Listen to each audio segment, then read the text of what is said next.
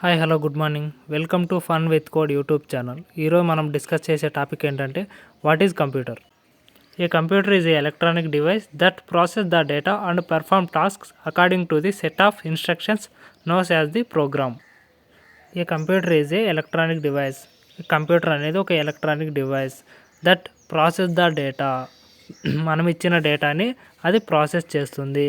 Perform tasks, మనం ఆ డేటాతో కొన్ని టాస్క్స్ అనేది పర్ఫామ్ చేస్తుంది. According to the set of instructions అంటే కొన్ని కండిషన్స్ని, కొన్ని ఇన్స్ట్రక్షన్స్ని తీసుకొని అది మనం ఇచ్చిన టాస్క్ని పర్ఫామ్ చేస్తుంది. నోస్ యాజ్ ప్రోగ్రామ్ అంటే ప్రోగ్రాంలో చెప్పిన విధంగా. That is called computer. కంప్యూటర్లో కొన్ని పార్ట్స్, ముందుగా ఇన్పుట్ ఉంటుంది, తర్వాత సిపియు ఉంటుంది, తర్వాత అవుట్పుట్ ఉంటుంది. ఈ 3 పార్ట్స్ మనం గుర్తుపెట్టుకోవాలి. ఇన్పుట్ యూనిట్ అంటే మనం ఏదైనా ఇన్పుట్ ఇస్తాము.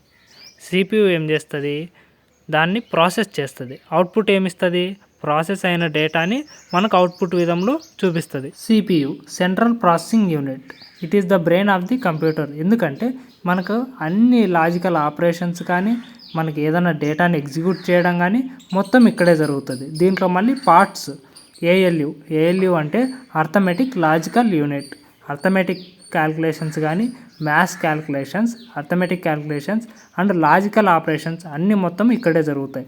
తర్వాత కంట్రోల్ యూనిట్, ఇది మన డేటాని ఎగ్జిక్యూట్ చేయదు కానీ కంట్రోల్ చేస్తుంది. It controls the all parts of the computer. కంప్యూటర్స్లో అన్ని పార్ట్స్ కంట్రోల్గా ఉన్నాయా లేదా అని కంప్యూటర్ని చెక్ చేస్తూ ఉంటుంది.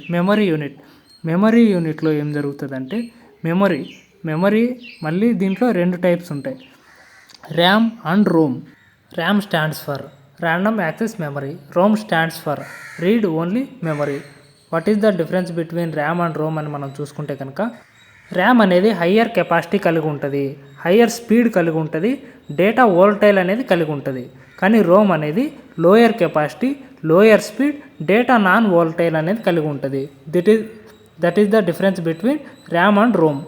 ఇక్కడ చూడండి, computer functions input, process, storage, output.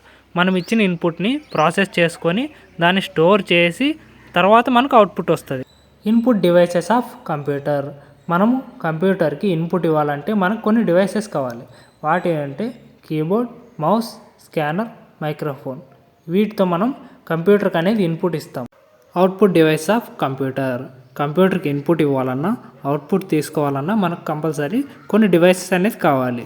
అలాగే output device of computer screen, speaker, printer. ఈ 3 output device of computer. Input ఇవ్వడం అంటే కంప్యూటర్కి ఇవ్వడం, అవుట్పుట్ ఇవ్వడం అంటే మనం తీసుకోవడం.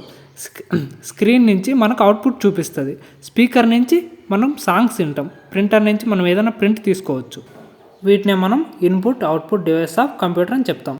ఇప్పుడు నేను చెప్పింది కంప్యూటర్ అంటే ఏంటి, ఇన్పుట్ అంటే ఏంటి, అవుట్పుట్ అంటే ఏంటి అనేది నేను చెప్పాను. ఇప్పుడు introduction to C. The C language was developed by Dennis Ritchie at 1972 at Bell laboratories. Purpose, C language ఎందుకు కనిపెట్టారు? This is designed for system programming and developing operating systems like Unix. దీన్ని ఎందుకు కనిపెట్టారు అంటే సిస్టమ్ ప్రోగ్రామింగ్ని design చేయడం కోసం and developing of operating సిస్టమ్ని డెవలప్ చేసేదానికోసం అప్పట్లో డెన్నిస్ రిచ్ అనే అతను ఈ సి లాంగ్వేజ్ అనేది కనిపెట్టాడు.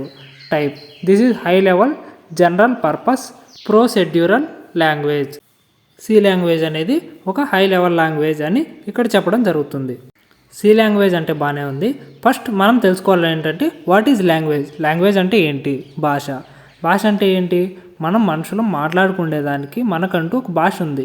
Telugu, Hindi, English, another etcetera languages ఉన్నాయి. అలాగే కంప్యూటర్స్ కూడా మాట్లాడుకోవడానికి ఒక భాష అనేది కావాలి కదా, కానీ అవి మనలాగా తెలుగులో, ఇంగ్లీష్లో మాట్లాడుకోలేవు. కాబట్టి వాటి కోసమే తయారు చేశారు బైనరీ లాంగ్వేజ్ అంటే ఓన్లీ జీరోస్ అండ్ వన్స్ మాత్రమే ఉంటాయి.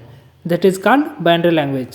సరే బ్రో, చెప్తున్నావు బాగానే ఉంది, కానీ సి లాంగ్వేజే వచ్చిందా? అంతకుముందు ఏమైనా లాంగ్వేజెస్ వచ్చాయా అంటే వచ్చాయి. అవేంటంటే ఇక్కడ చూడండి, హిస్టరీ ఆఫ్ సి ప్రోగ్రామింగ్లో చూసుకున్నట్లయితే ముందుగా ఆల్గాల్, బీసీపీఎల్, బీసీ, తర్వాత ఇలా మాడిఫికేషన్ అయితే వచ్చింది సి అనేది. ఫస్ట్లో 1960లో ఆల్గాన్ అనేది కనిపెట్టారు, తర్వాత బీసీపీఎల్ అని 1967లో, తర్వాత బి అనేది 1970లో కనిపెట్టారు, 1972లో సి అనేది కనిపెట్టారు మనకి. 1978లో కే అండ్ ఆర్సీ అనేది వచ్చింది. తర్వాత 1989లో ఆన్సీ సి అనేది కనిపెట్టారు. ఆన్సీ లేదా ఐఎస్ఓసి 1990లో దాన్ని నేమ్ చేంజ్ చేశారనమాట.